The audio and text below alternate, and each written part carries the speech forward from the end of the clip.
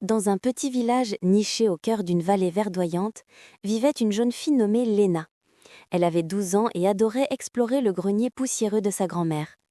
Un jour pluvieux d'automne, alors que les gouttes tambourinaient sur le toit, Léna découvrit une vieille malle en bois cachée sous des couvertures usées. Ses mains tremblaient d'excitation tandis qu'elle soulevait le couvercle grinçant.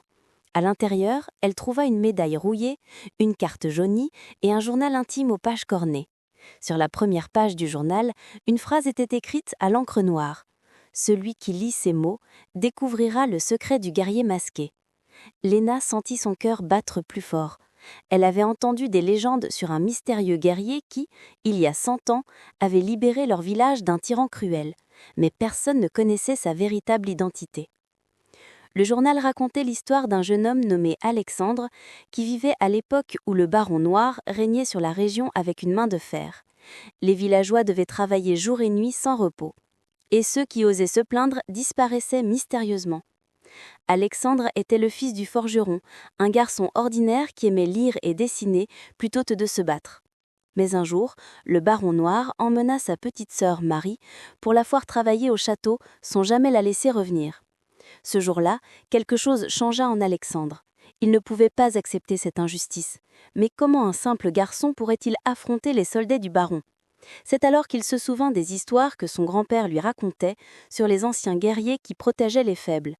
Il décida de devenir ce guerrier, mais en secret, car s'il était découvert, toute sa famille serait en danger. Léna tournait les pages avec fascination. Le journal décrivait comment Alexandre s'entraînait la nuit dans la forêt, portant un masque qu'il avait fabriqué lui-même pour cacher son visage. Il apprenait à se déplacer dans l'ombre, à grimper aux murs, à aider les villageois en difficulté, sans jamais révéler son nom. Bientôt, des rumeurs commencèrent à circuler sur un mystérieux guerrier masqué qui apparaissait quand on avait besoin de lui. Mais voici où l'histoire devenait vraiment intrigante. Léna lut que le guerrier masqué n'utilisait jamais la violence. Au lieu de se battre avec des épées, il utilisait son intelligence. Il libérait les prisonniers en trouvant des passages secrets, redistribuait la nourriture volée en se faufilant dans les entrepôts du baron et laissait des messages anonymes pour encourager les villageois à ne pas perdre espoir. Il était comme un fantôme insaisissable. Un soir, Alexandre découvrit le plus grand secret du baron noir. En explorant les souterrains du château pour trouver sa sœur, il tomba sur une pièce remplie de documents. Le baron n'était pas un vrai noble, il avait volé son titre en falsifiant des papiers après la mort du véritable baron, qui était un homme bon. Si cette vérité était révélée, le baron noir perdrait tout son pouvoir.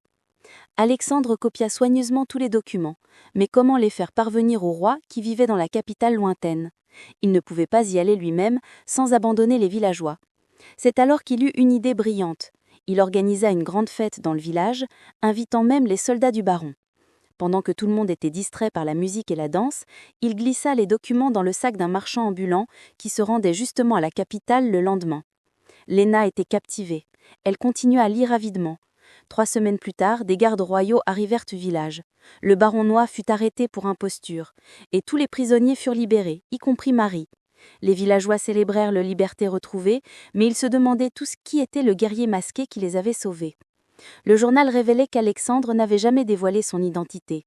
Il avait continué sa vie comme un simple forgeron, aidant à reconstruire le village. Les gens cherchaient partout leur héros mystérieux, organisant même des cérémonies en son honneur. Mais personne ne connaissait le jeune homme discret qui fabriquait des fers à chevaux, était celui qui avait tout changé. Mais alors, pourquoi ce journal existait-il ?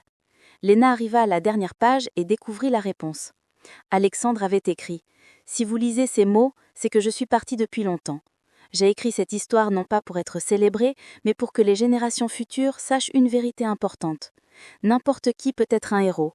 Vous n'avez pas besoin d'être le plus fort ou le plus courageux. Vous avez besoin de vous soucier des autres et d'utiliser votre intelligence pour faire ce qui est juste.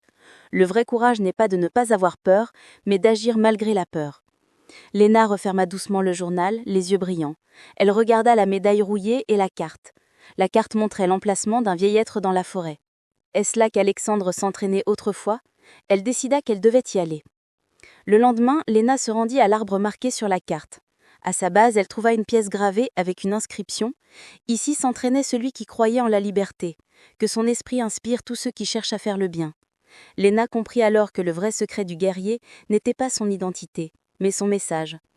En rentrant chez elle, Léna décida de partager l'histoire d'Alexandre avec tout le village, mais d'une manière spéciale. Elle organisa une représentation théâtrale où tous les enfants du village pouvaient jouer le rôle du guerrier masqué à tour de rôle. De cette manière, tout le monde comprenait le message, n'importe qui pouvait être un héros. La grand-mère de Léna sourit en voyant sa petite fille si inspirée. Elle lui révéla un dernier secret. Elle était l'arrière-petite-fille de Marie, la sœur d'Alexandre. Cela faisait de Léna une descendante directe du guerrier masqué. Mais plus important encore, cela signifiait qu'elle portait en elle le même esprit de courage et de justice. Léna garda la médaille précieusement, et le journal devint le trésor le plus précieux de sa famille. Elle comprit que les vrais héros ne cherchent pas la gloire mais agissent par amour pour les autres. Et elle se promit que chaque fois qu'elle verrait une injustice, elle se souviendrait d'Alexandre et trouverait le courage d'agir, à sa manière. Ainsi se termine l'histoire du secret du guerrier qui se battit pour la liberté. Un secret qui nous rappelle que le véritable héroïsme vit dans le cœur de ceux qui choisissent de faire le bien même quand personne ne regarde.